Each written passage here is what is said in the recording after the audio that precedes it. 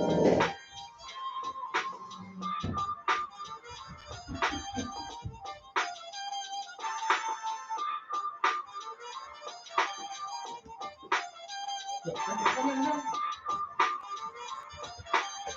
this stuff is on the airphone. Call me and pick up.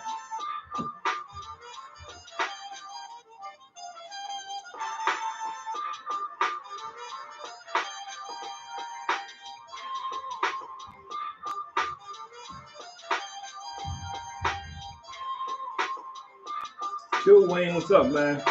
We're about to start shortly, bro. Running a little behind today, man.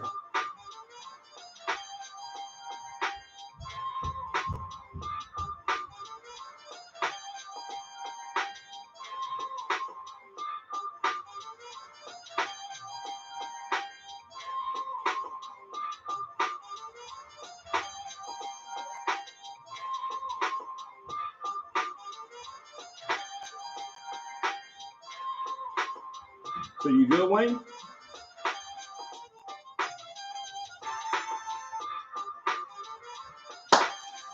I want to welcome everybody to another episode of Above Average Black Men.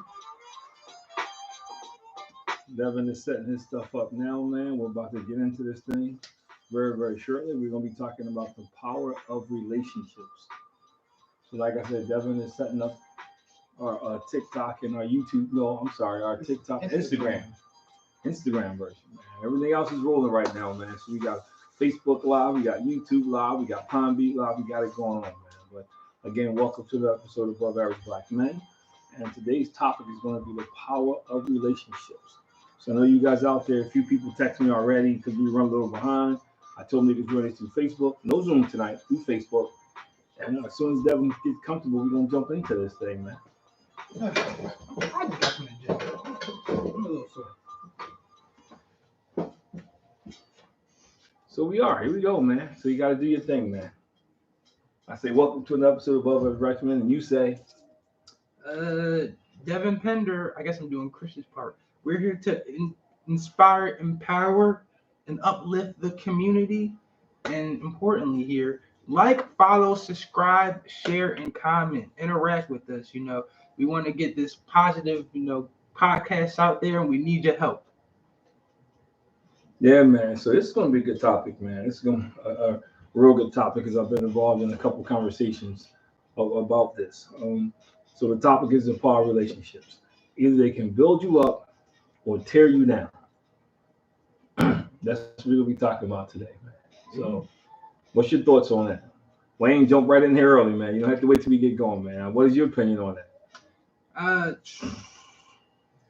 Well, you always need healthy relationships in any point in life. It could be work, it could be friendships, relationships with significant others.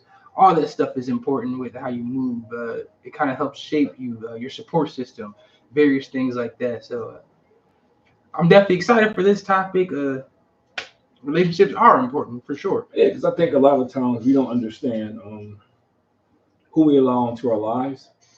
Even if we look at it from a romantic relationship or business relationship, or friendship, who you allow into your life, man, makes a huge difference. It does. And I'll start romantically first. I know there's a lot of people who end up with the wrong person for the wrong reason because they'll see somebody, they'll like what the person looks like, they find the person very attractive, and they start overlooking other things. Like for instance, if you have, you have an idea that you want to grow, you want to do better. You have this goal, these goals set before that you want to accomplish, and you hook up with somebody who doesn't. And they just live for the moment. That can be devastating to a relationship because either you find yourselves arguing a lot at two different ends, or somebody just, to be like the other person. And that's where you got to be careful because sometimes when you change for somebody else, eventually you turn back to who you are. That's the danger, man. You don't want to change your own. So relationships it can build you up or tear you down. It's like you're trying to do stuff. You're trying to do positive stuff. You fired up. You move in that direction. But this one person is kind of like just pulling you back. Wayne says the power comes with time and how you deal with and know the person. That's true. But you have to be careful with that power, though, because, It's not really from Spider-Man. There's a quote from a French person, but it says, "To whom much power is given, you know, so is much responsibility." So I think we have to understand, man, when you get into a relationship, it's like two. Let's say, look at the marriage door. It says two become one. You know, and part of the reason why it says it because if you have two people and you're married and you're going in two different directions all the time, there's going to be strife, there's going to be friction, and you're going to be arguing. You know, and after a while, no matter how good that person looks, It wears off. yeah, you get tired of arguing, but so you get in for the wrong reason. And if you're a go-getter, you're trying to start a business, you're trying to be an entrepreneur, you know, and you get somebody that wants to play it safe, it can become an issue, you know, because they don't see what you see. And I think that's the biggest struggle in a lot of relationships when I sit down with couples is they don't see, they don't agree on what they see. Another part of it is why I say because love. I start with love. Most people have two totally different definitions of love in a relationship. And their definition of love is based on how they were raised, how they were brought up, the environment they were in. You know, some people can change that, but most times that's what it is. So let me ask you this, as far as, you know, because I have the actual, you know, definition right here, but just curious, like when you hear or think relationship, uh, what comes to mind specifically? Man, two people coming together, Mhm. you know, mutually respecting one another, you know, and this is not the Webster dictionary, but to me is two people coming together with some commonality, Mhm. you know, with a mutual respect, you know, and appreciation for one another, you know, which means you're able to agree to disagree, you know, without drawing lines in the sand. You know, it means even if I think the way you feel may not be valid, Mhm. I respect how you feel. You know, that's a healthy relationship. That when I'm talking to couples and I'm talking to groups, that's what I tell them. You know, like Wayne put smart, you know, sex for not love. And some people get sex and they get love, they get intertwined. They think love is a physical thing, and it's not love. And I said a good, healthy relationship. If I look at the romantic side, then I want to see you read it. Is you know, you understand that love is just as much a decision as it is an emotion. Mhm. Because there's an emotion, but then at some point you have to make a decision if you stay in the lead or going. You know, because the love most people start out with goes through some trial and tribulations. All right, that's really similar. It's almost like you read the definition before you came on, but there's two of them right here. The first one, the way in which two or more concepts, objects, or people are connected, or the state of being connected, and another one, the way in which two or more people or groups regard and behave towards each other. So I feel like when you hear that, what do you think? I think what I said. Yeah. No, I mean it's funny because as this is going to sound corny. I think if everybody looked it up before they got into a relationship, they would have a better understanding what a relationship is. Most people, my point is like most people don't know the definition of relationship to And, begin with. yeah, that's what I said. If they would look that up Yeah. before they got into a relationship, like love. Mhm. I love my car. I love my clothes. I'm not saying me, but people say it all the time. Yeah. And then I love my wife or I love so and so. And we all use it's being used now the same way. Mhm. You know, it's not being used in the intent that it was designed to be used in. You know, agape love is an unconditional love. Yeah. You know, I love you, but I love my wife totally in a different way. Mhm. So I think this goes back to relationship because if two people get together and they both in love, but they can't agree on the definition of love, Mhm. you know, it's kind of hard. And then if I don't understand what a relationship is, because it's like I got a Volkswagen, Yeah. and you hear me use this all the time, man. I meet my wife. My wife got 20 suitcases. I got 20 suitcases. 40 suitcases are not fitting into a Volkswagen. Mhm. So you just start throwing stuff out. You know, and it's how we do our relationships. And a lot of times we don't realize, you know, what's in the suitcase that's left over until we open them. Mhm. You know, and we got two different definitions now. Different things going to come out the suitcase. You know, because some people relationship is we just be together. You know, some people the relationship goes a little better, but a little deeper because maybe they want it to be intimate. You know, maybe they believe in handholding. You know, maybe they believe in saying like I do fatherhood groups, and I was in a group last night, and we were talking about that, and somebody said it. Somebody said, "Hey, you know, my dad never said he loved me. You know, so I find it hard to say to people. You know, a lot of guys find it hard to say to their sons. Mhm. So I want to ask you this: do you think in terms of relationships, like I said, there's many different aspects and there's many different avenues, but in general, do you think people become more selfish within relationships. Definitely. It becomes more about what you believe and what you think. But the moment the person in the other relationships wants something, it's like, I don't know if I could do that, different things like that. So do you think people have become more selfish with their relationships across the board? Oh, definitely. Well, I think if you don't know the definition of something, it's how do you live it out?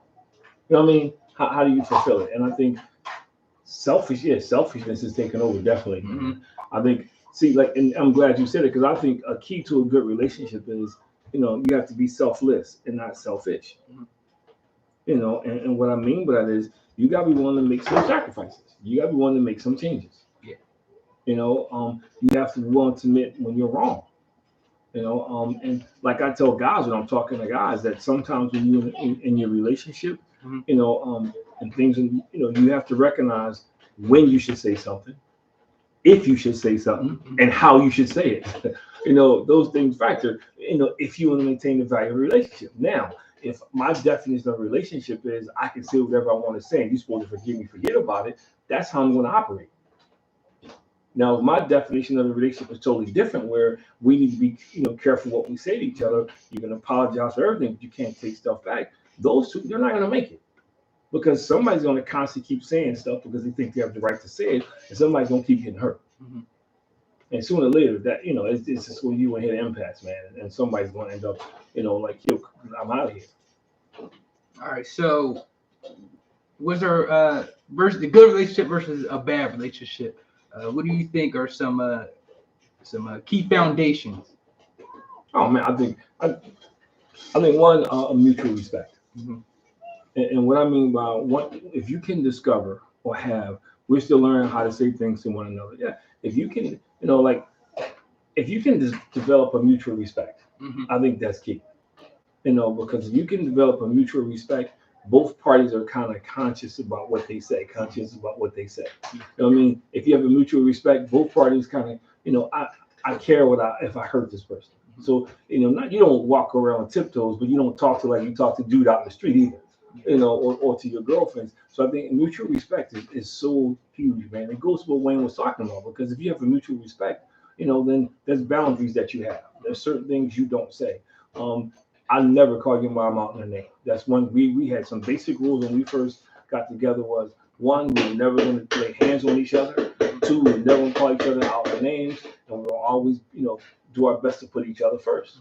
And that was after God. So people laugh when I say that. But those rules have sustained us, because I know couples. I've sat down with couples where she remembers when he called her out her name. Yeah. It could be 10 years ago, but it still stings. He remembers when she said something to him. So I think those things, Mackenzie, that's our grandson in the background. I apologize. Or my grandson, not ours. So you hear different things. And I think, again, this goes back to, if you have a mutual respect for each other, it works. Because out of a mutual respect for each other, now you can have love. You can't have love without mutual respect. Because part of love is respecting the other person. That's a huge part of being in love.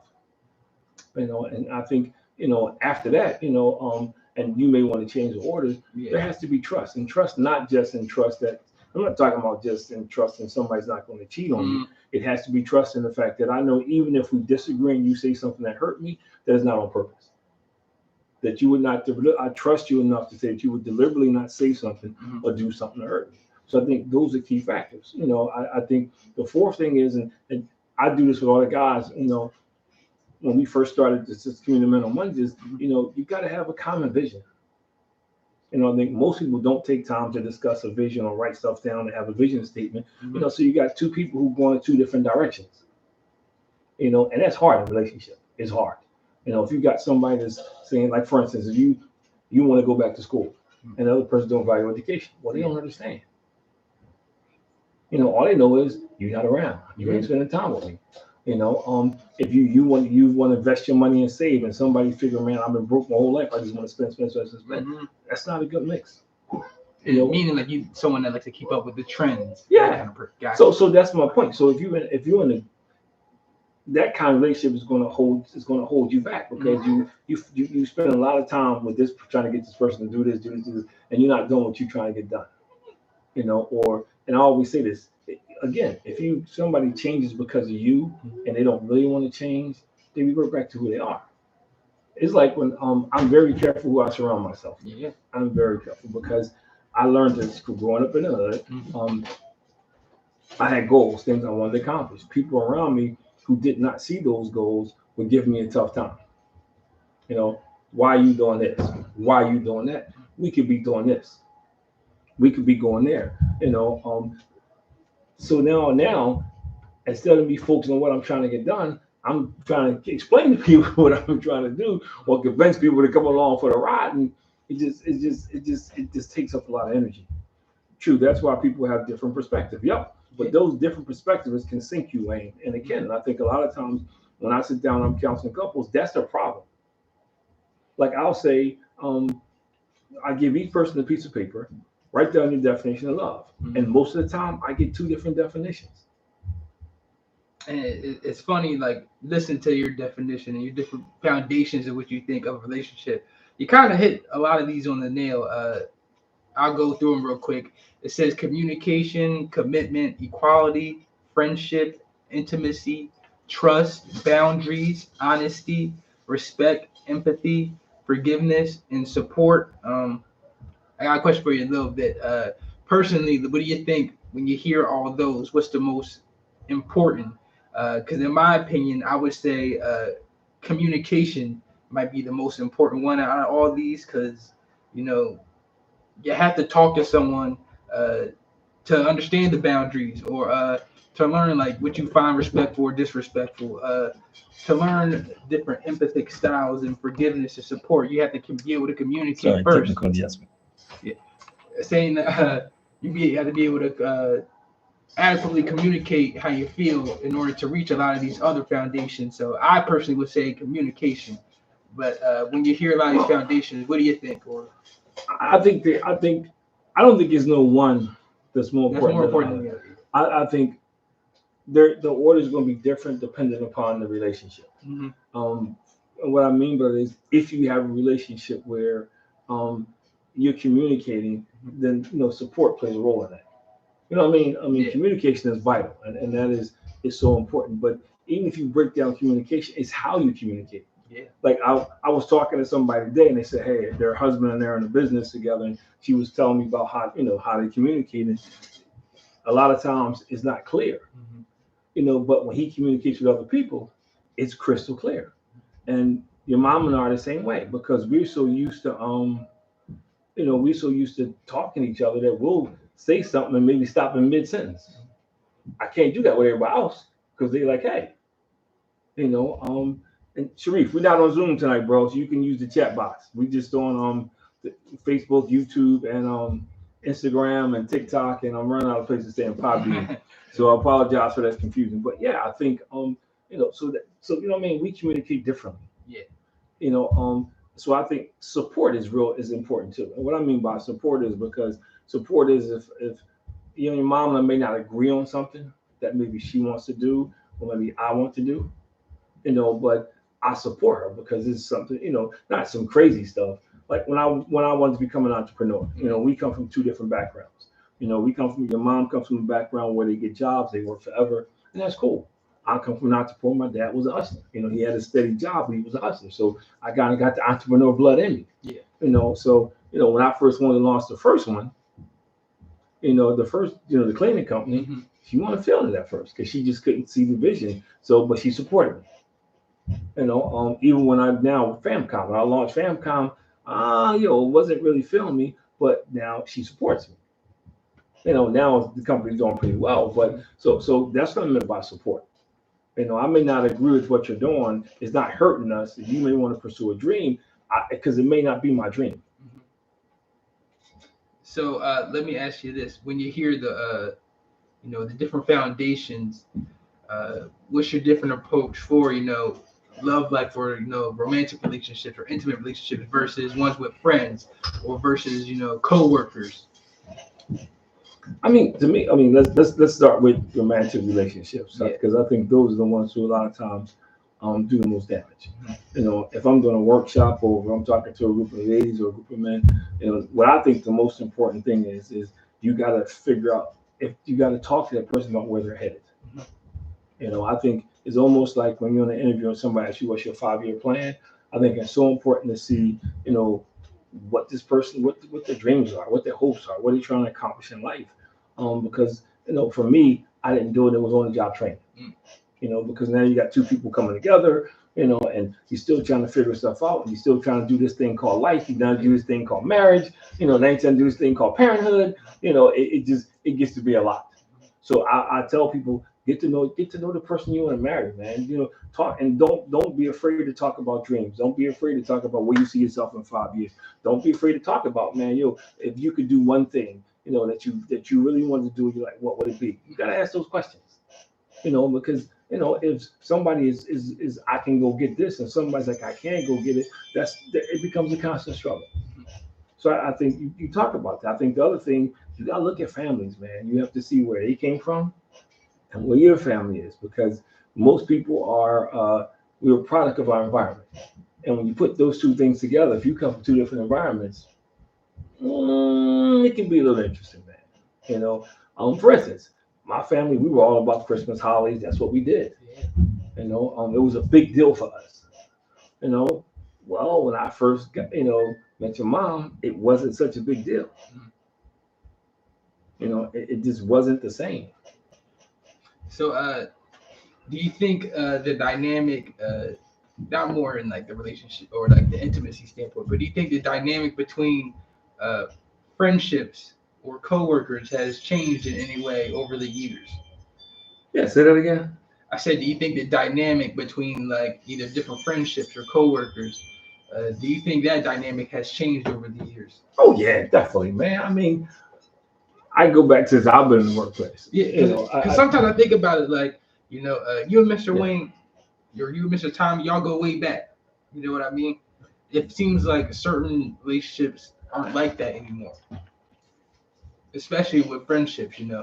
Sometimes you hear like certain people like, "Oh, I haven't talked to this person in years," or "I don't have any similar friend group from high school or college." Like you hear that a lot, but it seems like with your generation, it's like you guys stick through thick and thin. Well, I wouldn't say my generation, because I think even people they find it weird when I say I've known Isaac since kindergarten.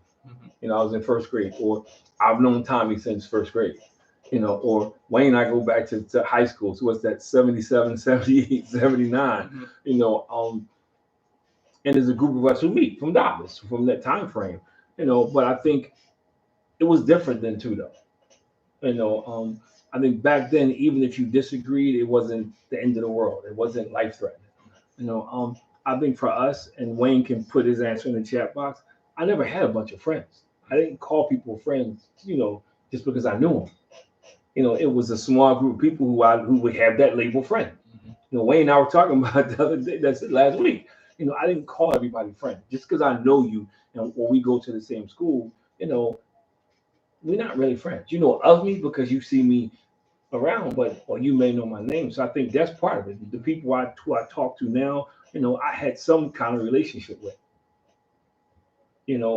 So that's different too. Now your generation, man, y'all meet somebody and 5 minutes later, that's your boy. Y'all tough, man. And it just, I'm still not like that. I still don't have a lot of friends. I know tons of people, but I'm very particular about who I call friend. So just a follow-up question to your point, like you said, you don't call everyone your friend just because y'all might have crossed paths a couple times doesn't mean that you're friends. Yeah.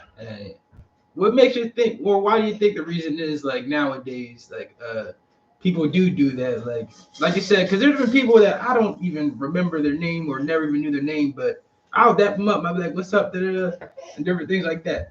I mean, and somebody be watching this, so I'm about to get in trouble when I say this, but it's like, when I was in high school, I was introverted, I was quiet. Most people I see now, when we get together, they remember high school differently. They don't remember how I remember it.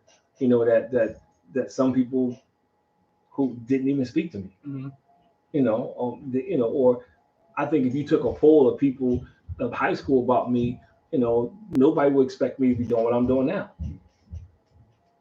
So I'll see him and dap him up, but we getting to know each other. so to me, that's part of the difference, man. I mean, Wayne and I had a classic. Oh, actually, had a couple classics that we talked about the other day. But we kind of came for me anyway because it was a situation where I was from a different neighborhood and Wayne don't remember, so I went to school kind of by myself, and so it was always when people figure out you're by yourself. He's like so you always kind of had to be on guard, and Wayne and I kind of became friends, and I just know one time he kind of stepped in and he helped clear some stuff up for me, so I had to deal with it no more. Because they realized I wasn't by myself. So I think that makes a huge difference. That makes so that's why I shouldn't have said that, Wayne. That's why they feel sorry. But that makes a huge difference. But there's some other people I had in high school that I had in class, probably more classes than Wayne. And I don't mean any harm, but we weren't friends. There was nothing that connected us. You know what I mean? Yeah. There was, I can call Wayne and we can talk and it's comfortable. It doesn't feel unnatural. There's some people that I talk to, it feels unnatural. Don't know why.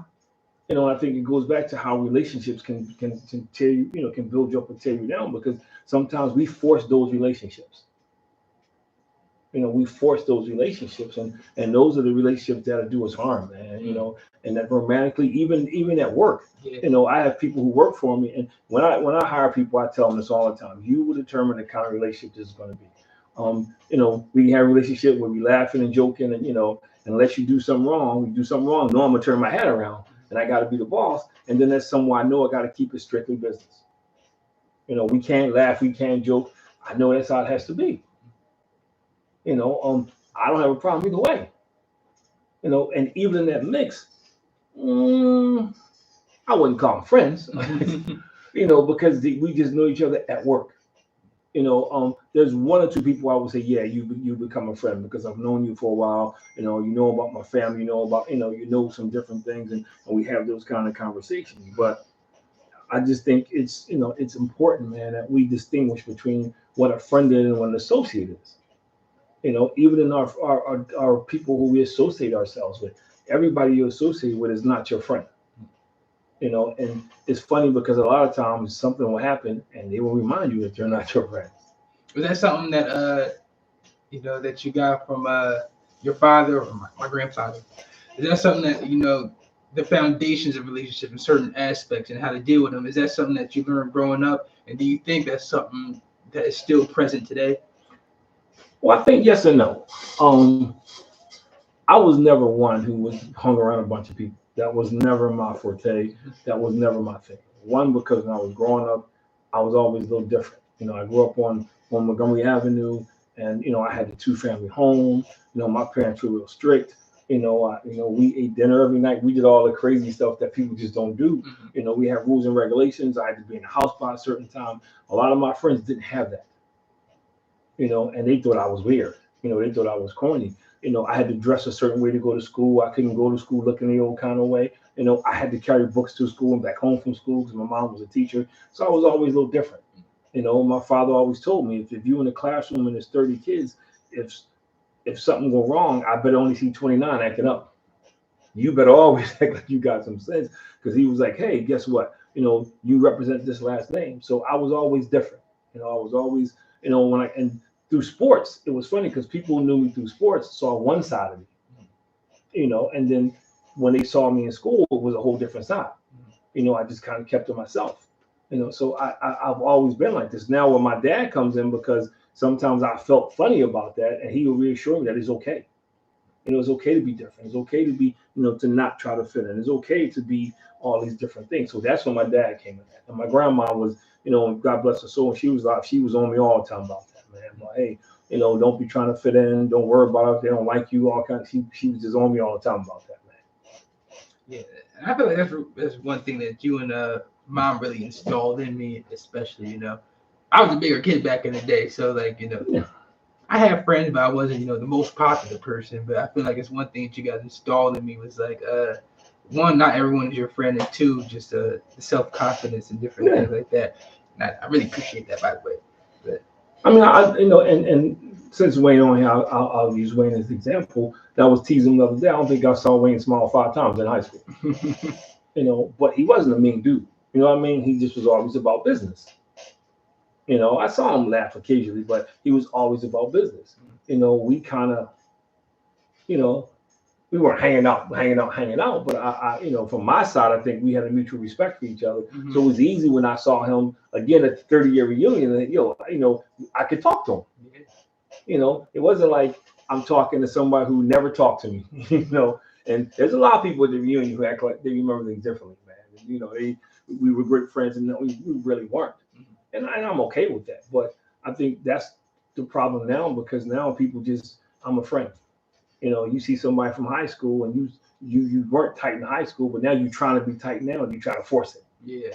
You're trying to force it, but you don't know what happened between high school and now. What that person's into, what they've been through. You just don't know. Yeah, people change and evolve, especially they do. To your point, saying like you just don't know. A follow-up question is: do you think this is something that could be? I know you can be taught, through your parents or different things like that, but do you think this is something that could be taught in school, how to deal with certain relationships, like in health class or something? I don't think you can teach people how to how to differentiate between friend and associate. I think because the value system is different. For me, I'm not going to hang around somebody who if we just not heading in the same direction. Mm-hmm. You know what I mean? I don't curse, so I'm not going to hang around somebody flippity floppy, flippity flam, every word out their mouth. I'm just not going to do that. You know about me and my faith. I don't hide my faith. My shirt says it right now. So. What is that? No, I don't. He does not. I don't, and I'm not. So I'm not going to hang around somebody who we're in different places there. I'm not saying you got to be in church or no, but I'm not. You're not going to be constantly disrespecting church or saying bad stuff about church or we just not going to flood. It's nothing personal. You do you. You do me. Excuse me. I can't hang around somebody who is trying to make me into what they want me to be. You know what I mean? I think people, your inner circle should be people that says they respect you for who you are. And if you don't, then you change inner circles. Mm-hmm. I think there's a lot of reasons why I guess I'm like this today, man. I'm married, so it's easy for me to say it because I got a best friend that I can come home to every day. I have a good relationship with you guys. We go hit golf balls, whatever. We take the occasional vacation, we go out to dinner. So I'm okay. And my philosophy has always been, if I meet people and I make friends, that's a blessing. If I don't, I'm not gonna cry. There's some people who get in toxic relationships because they just have to be in a relationship. I gotta be affirmed. I gotta feel like I'm liked. I gotta feel like I'm this. I gotta feel like I'm that. And so you start chasing stuff. And I think that's in all three areas. People marry the wrong people. People going business with the wrong people. People have the wrong kind of friends. It's all three areas, man. And the relationships are powerful because I think people don't understand, man. One, relationships can cause trauma. A wrong relationship can cause some serious trauma, man. And, I can't tell you how many people I've sat down with couples and it's come out in a session where this person, something happened in a relationship a long time ago. They never shared with the other person, and now they're having issues, and you're talking, and it comes out because they never dealt with the trauma. Oh man, what? She don't trust me. She always doing this, and then come to find out her daddy cheated, or maybe her first boyfriend. So she got this history of men treating. So that trauma comes into the relationship. So now you married, you together. You trying to make it work, and this person is fighting you every hand and foot. That takes a lot of energy. Yeah. A lot of time, man. And sometimes, some people just give up. Or that person will weigh you down because there is always something. You're trying to be a happy-go-lucky person, and it's always something. It's funny, you kind of gave a great segue. We talked about, the foundations of a healthy and good relationship. This is more so on the flip side. So what do you think some of the foundations of a bad relationship are? I think when somebody constantly put themselves first, I think that's an issue.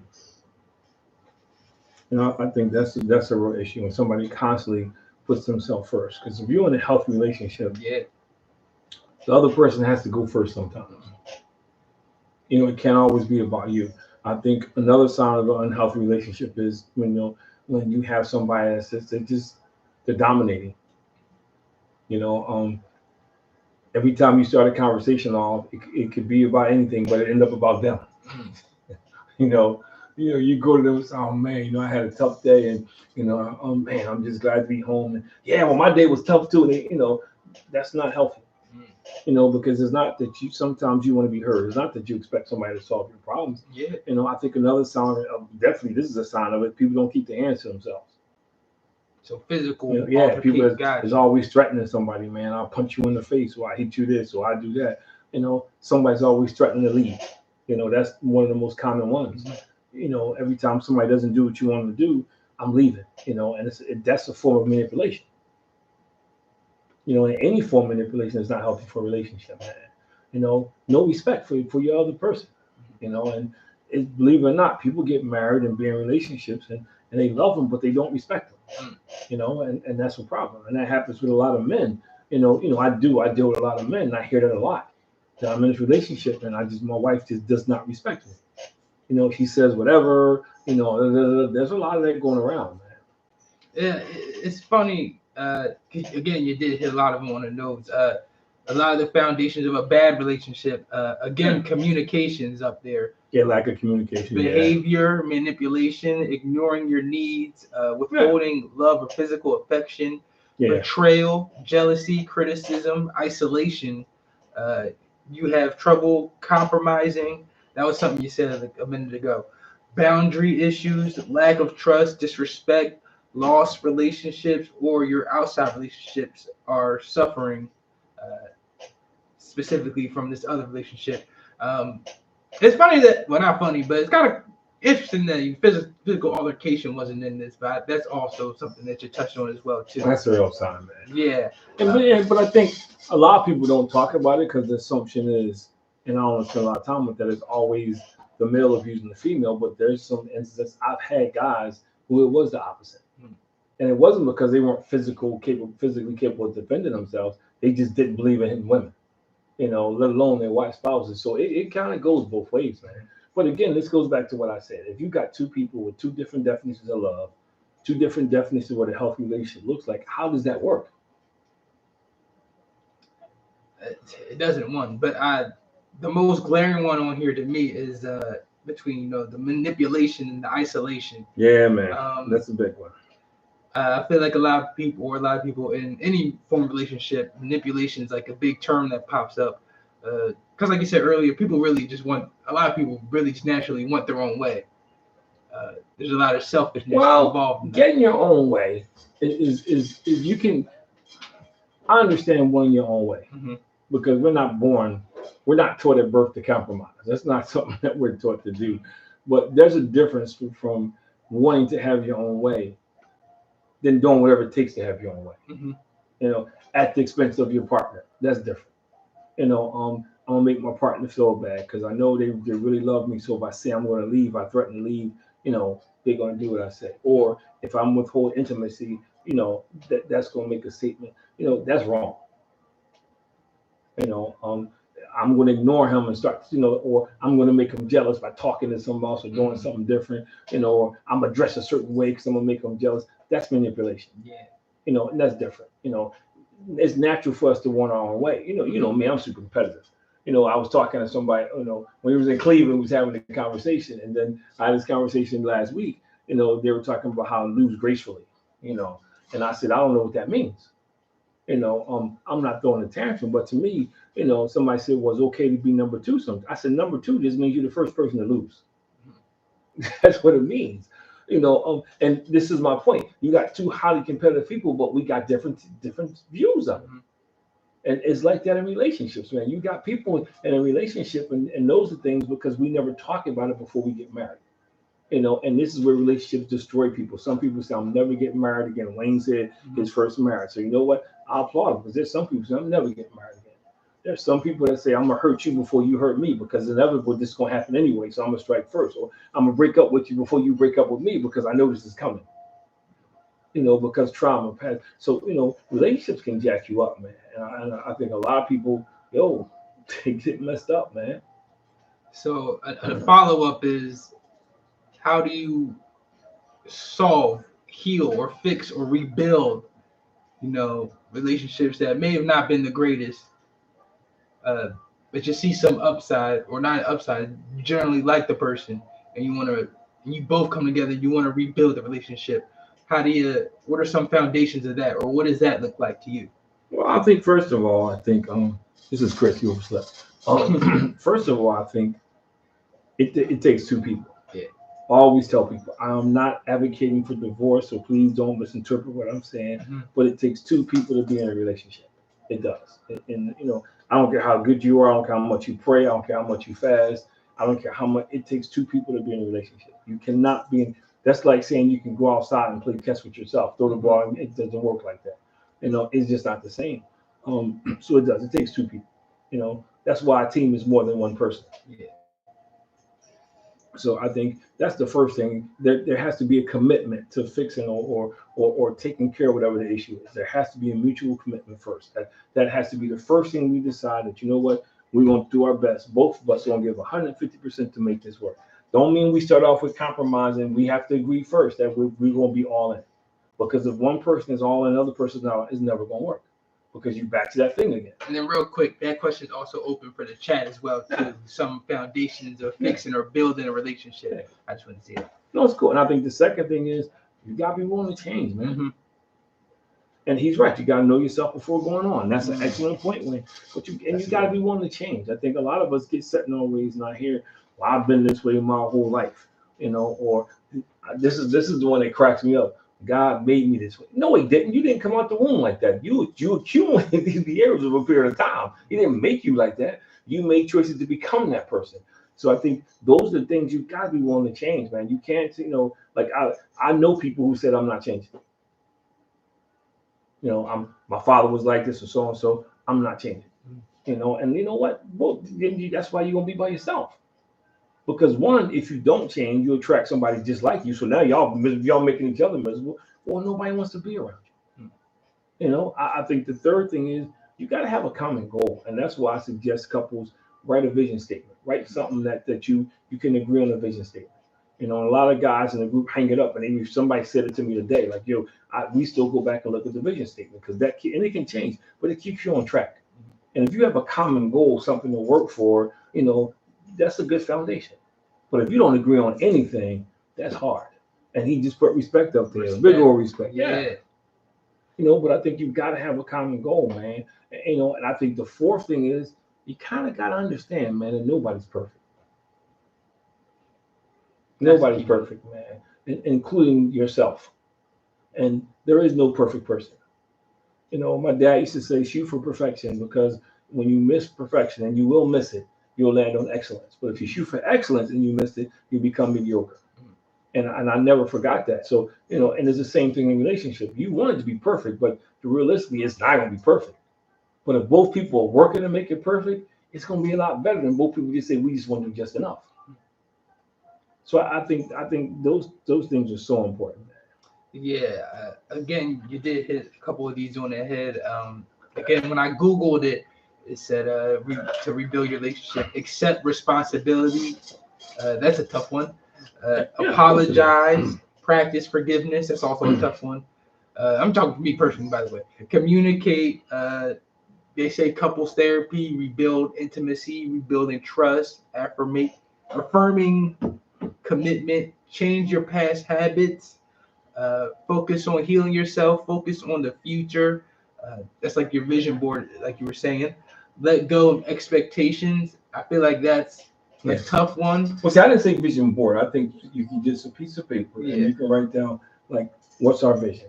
What do we want from, like, for instance, when we first got married, we were dirt poor, but dirt poor, man. Married, you think love is all it takes. That ain't true. So anybody tell you that, man, that's full of crap, man. Because you can't eat love, you can't drink love. Love ain't gonna keep you warm in the wintertime. It don't work. So anyway, but we said I had 5-year goals. The first 5-year goal was we would live in an apartment, to get out of this apartment and rent a house or do something. So we did. We did it in less than 5 years. And then we were having kids, the next 5-year goals, and we ended up East Burn Avenue. So we went from the apartment in the building to we had an apartment in the house, which is much bigger, a duplex. And then we moved into we rented a house. And then from there, my apartment, my goal was to get out here, to move into a owner house. So we ended up in the condo in Chestnut Hill, where you were born at. You know, so you ain't get to see the poor part, man. You came after that. So when you condos in Chestnut Hill, and then my goal was to move it to a single home, and we came. And every time it happened before 5 years, but because we had that vision and we were saving, we had to make sacrifices. And the mom may want to get a new dress. Now we're trying to get this house, you know, and I may want to go get some new sneakers. No, we're trying to get this house. It kept us on track. Yeah. You know, it kept us on track, and then it was eventually come out here. We've been out here since 1998. You know, so now we have other goals and stuff that we're working on. So that's what I meant by vision, is have something written down and it changes, but something for you so both of you can pursue it. You know, that's a key to a healthy relationship. Not you have something and she has something. Yeah, for me, the most important one on here is let go of expectations. I feel like, and this is within any relationship, you have an expectation or idea of how things are going to go. But that's the hardest one, man. That's what I'm saying. I think it's the most interesting one. But I think as human beings, we're always going to have expectations, because as long as you have a past, you know, like when I got married, my mom and dad, I never saw my mom and dad argue. So that was my expectation, that married couples don't argue. I did, you know, I was wrong, I expectations. But that was an expectation. You know, I have an expectation that I expect to be treated a certain way. It's an expectation. I still have that. And your mom has the same, you know, and sometimes your expectations is greater than that person can give, because it's based off your personal experiences. So you may have to adjust it, but it's hard. It's hard, man. It's like if you tell yourself, like if you're a touchy-feely person, I'm gonna get touchy-feely, and you marry somebody not a touchy-feely person, it's hard to change that expectation, because that's become a part of your DNA. You like that and you want that. You crave that. So it's kind of hard. I mean, you're right, you should, but it's easier said than done.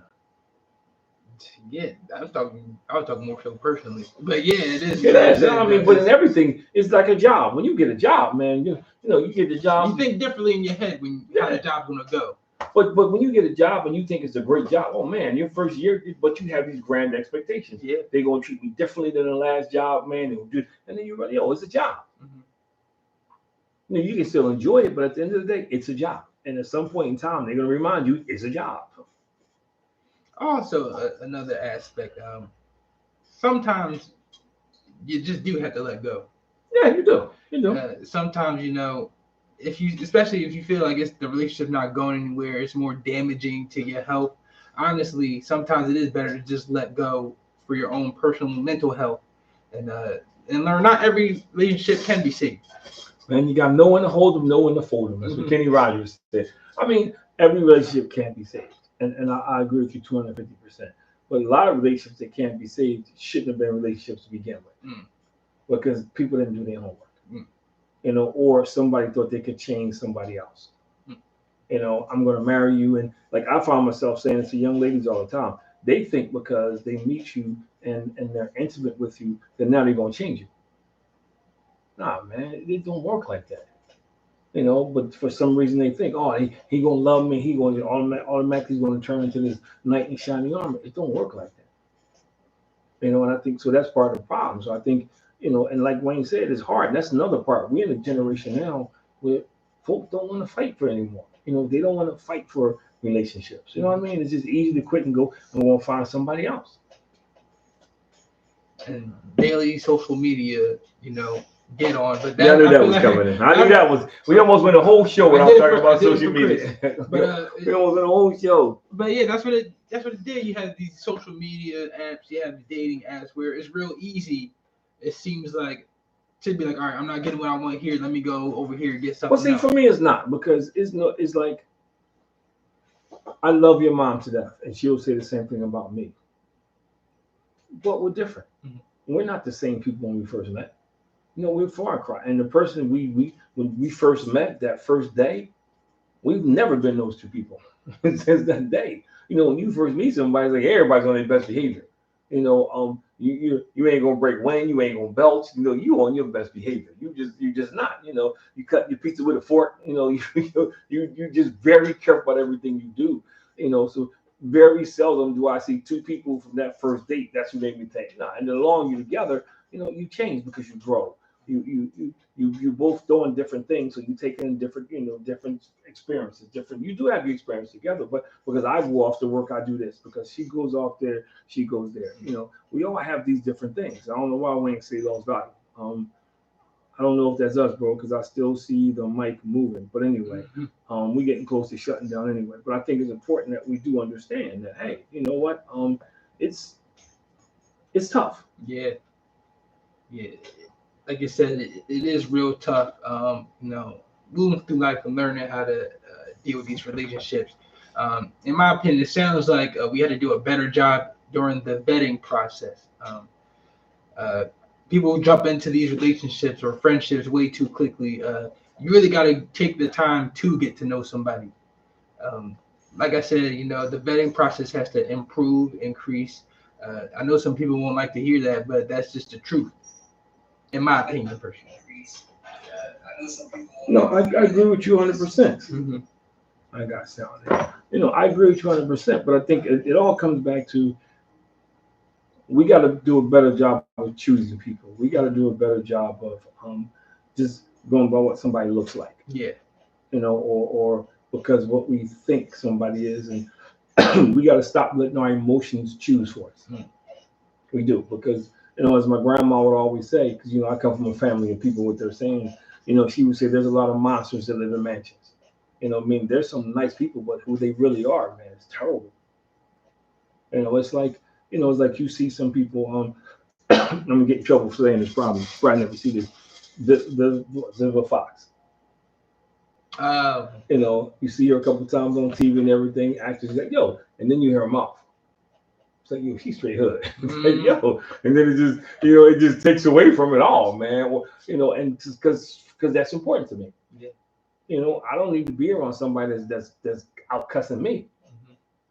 And I also think, and I tell to young people, I think that's the ultimate sign of disrespect. If you're around a lady and she's cursing in front of you, or you're cursing in front of her, I think that's disrespectful, man. Because I deserve better, she deserves better, and that's the only way we can communicate. It's not gonna work out too well. So it always goes back to respect, huh? Yeah, but see, and we're closing this, but you also got to respect yourself. You have to respect yourself to know that you deserve the best. You do. You got to respect yourself to know that I'm not going to tolerate this. I'm not going to be in an abusive situation. I'm not going to be in a relationship where somebody doesn't appreciate me. I'm not going to be in a relationship where somebody just constantly dogs me out. It's always all about them. No. I'm not going to be in a relationship where I'm carrying all the weight. So respect, you have to respect yourself. I always say this. I ask when I'm talking to young people, well, works for anybody. One of the questions I'll ask them is, what are you wanting to fight for? And they don't say all this stuff, man. People talk about my Obama, this. Nobody ever says I'm wanting to fight for myself. Nobody ever says that. Nobody ever says I want to fight for a better future. And I've never heard anybody say that yet. And I've been asking that question for about 2 years now. Nobody ever says that I'm going to fight for a better life. I'm gonna fight for myself. I'm gonna fight to improve my life. I'm gonna fight for my. Nah, man, you talk about my mama and or adults. Man, if you touch one of my kids, but and I get all that. But what about fighting for yourself? What about saying I deserve this? Not in an arrogant way, but I deserve to be treated a certain way.